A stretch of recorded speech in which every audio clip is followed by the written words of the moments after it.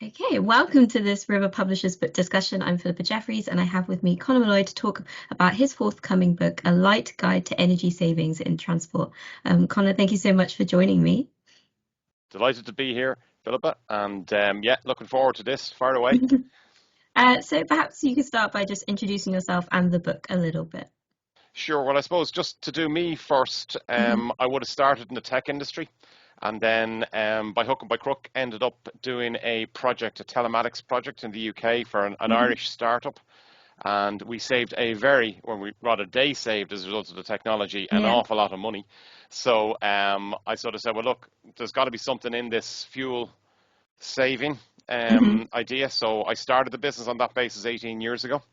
Um, Over the years, it's gradually become a more formal process as part of ISO 50001, but always specialized in transport.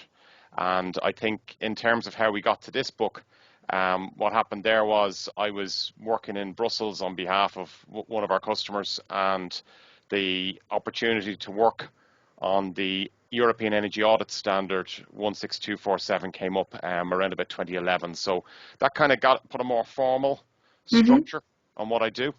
And as a result of that, we got asked to do a lot of training, and the book is essentially based on, I suppose you could say, that decade of experience, but realistically the live training since about 2014 onwards. So it's very much a how-to guide, a practical one for, I would say, the initial audience is energy auditors. So that's the people out there around the world helping transport operators identify energy saving opportunities.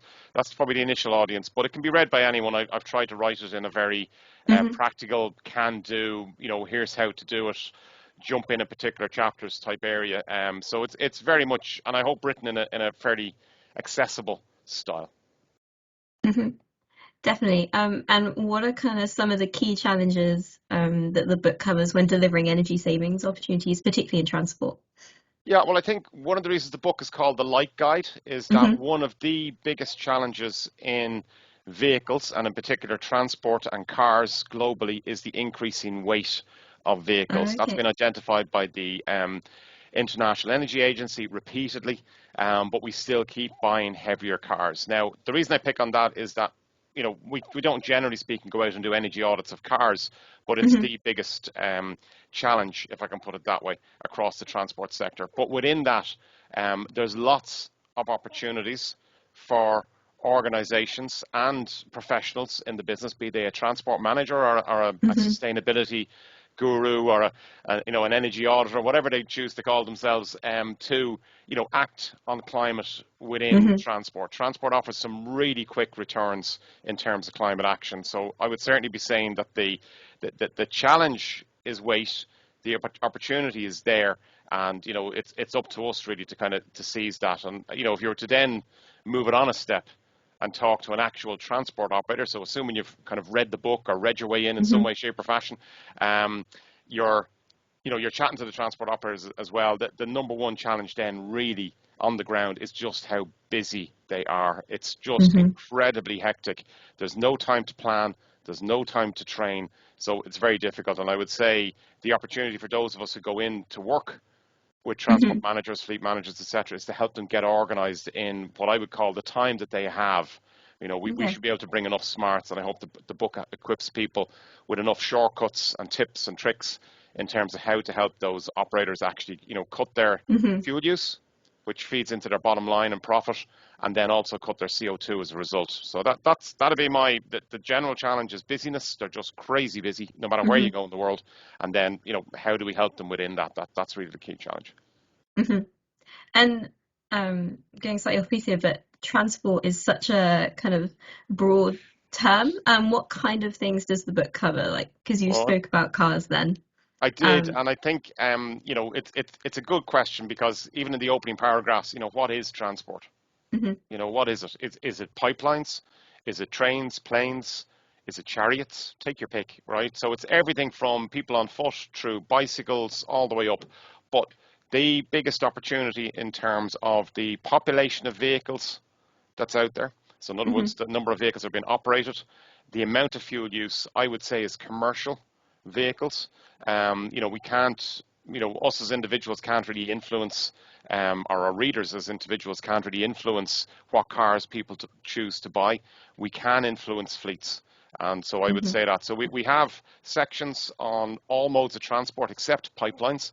All of them, like air, rail, ships, boats, whatever you want to call them, and all road transport as well. And it's broadly in two sections. So if you like, the opening set of chapters is very much transport in general. So that includes the cars and how we all get ourselves about.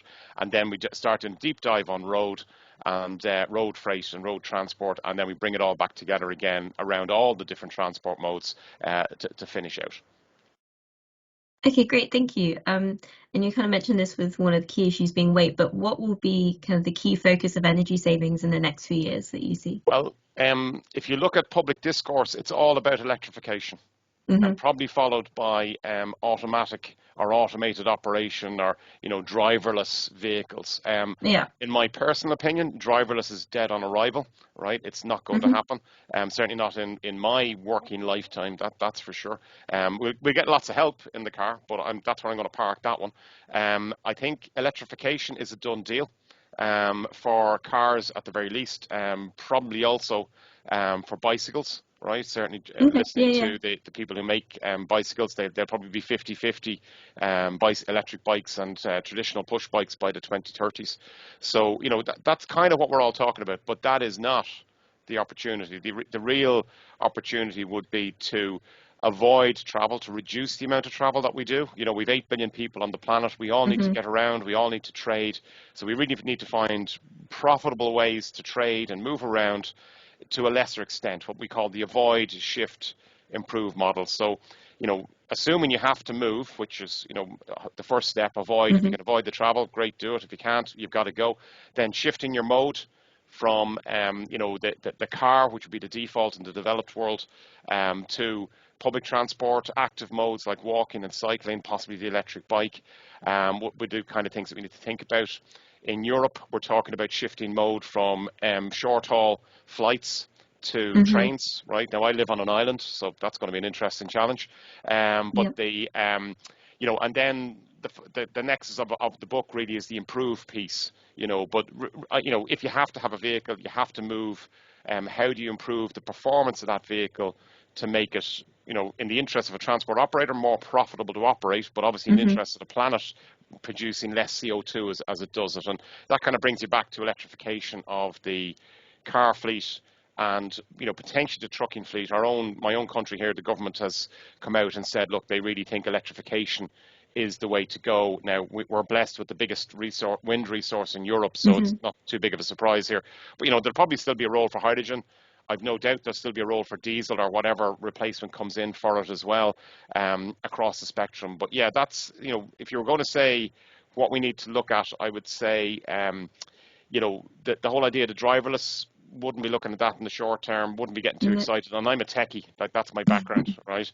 Electrification is definitely happening, but really to really make a dent in the explosive growth in transport, CO2 emissions, we have to find ways to reduce, which, in the book is called the avoid step, change the modes that we use, which is the shift step, and the improve. And anyone who's read their way into transport will have heard the avoid, shift, improve model. It's not, it doesn't belong to anyone in particular. So the book takes you through that, how to apply it to any transport problem.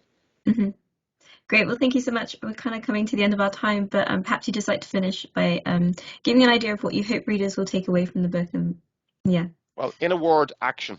Right. Transport offers some of the quickest reductions in CO2, and I hope the book equips all of the readers, whether you're a transport operator, a fleet manager, a sustainability officer, an energy auditor, an energy engineer, whatever you choose to call yourself. I hope it equips you with the tools, the tips, the tricks, the communications, the ability to engage this group of very, very busy people in climate action and deliver measurable results.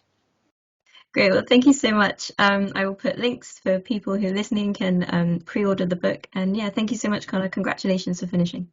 Well, thank you very much indeed for the opportunity.